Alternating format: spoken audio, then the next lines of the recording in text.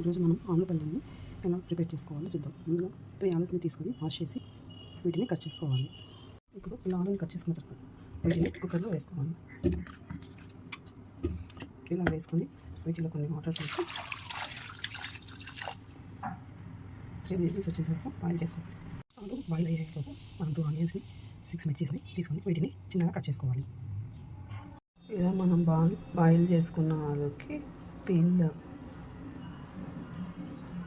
Boil చేసుకున్న ఆలుని పైన తక్కువ తీసేసి ఇలా కట్ చేసుకోవాలి.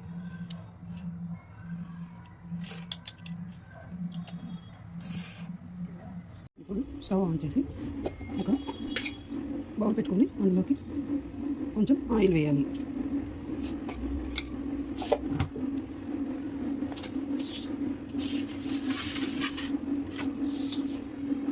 ఈ ఆయిల్ కొంచెం హీట్ అయిన తర్వాత ఇందులోకి ఒక స్పూన్ ఆవాలు జీలకర్ర వేయాలి. ఆవాలు జీలకర్ర కొంచెం వేగిన తర్వాత 2 రెమ్మల కరివేపాకు వేయాలి. ఇప్పుడు ఇందులోకి ఆనియన్స్ని కట్ చేసి వేసుకున్నాం కదా, ఆనియన్స్ని వేయాలి. వీటితో పాటు 6 మిర్చీస్ని కూడా వేయాలి. కట్ చేసిన మిర్చీస్ని కూడా వేయాలి.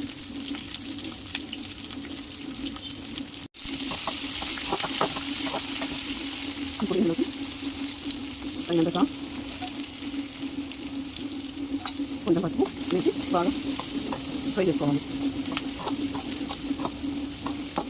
ఆనియన్లు మిర్చి బాగా ఫ్రై అయిన వరకు వీటిని వేయించుకోవాలి.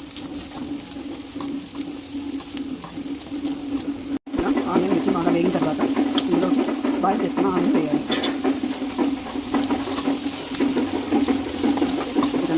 బాగా మిక్స్ చేసుకోవాలి. టౌన్ ఇందులో ఉంటుంది. ఒక 5 మినిట్స్ వెళ్ళి